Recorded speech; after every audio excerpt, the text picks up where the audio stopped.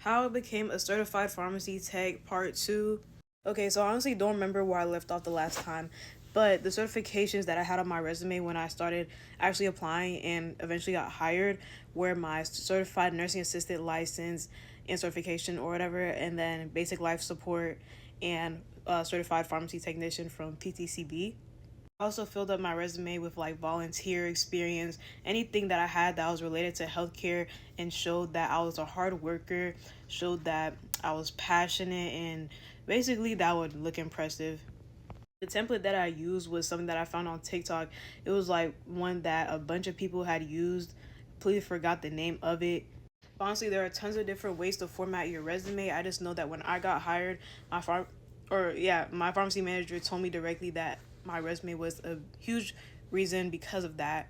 And of course, availability as well. The more available that you are, the more likely you are to get hired for pretty much any position.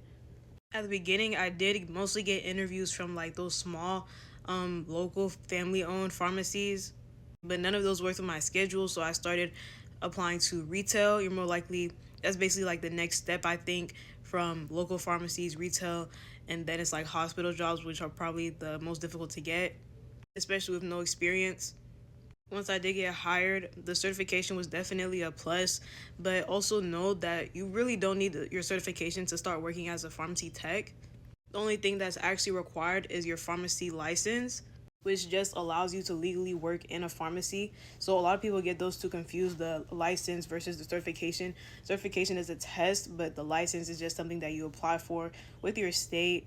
Honestly, the process is pretty straightforward. You just get your or apply for your license, you get your certification if you want to increase your chances of getting hired and probably speed up the process because it makes you stand out, and then work on your resume as much as possible. If you have references, that's great.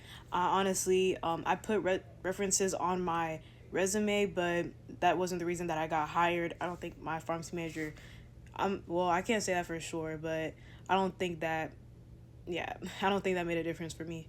I didn't have any crazy references. But yeah, start applying, and I wish you the best of luck if that's what you're interested in.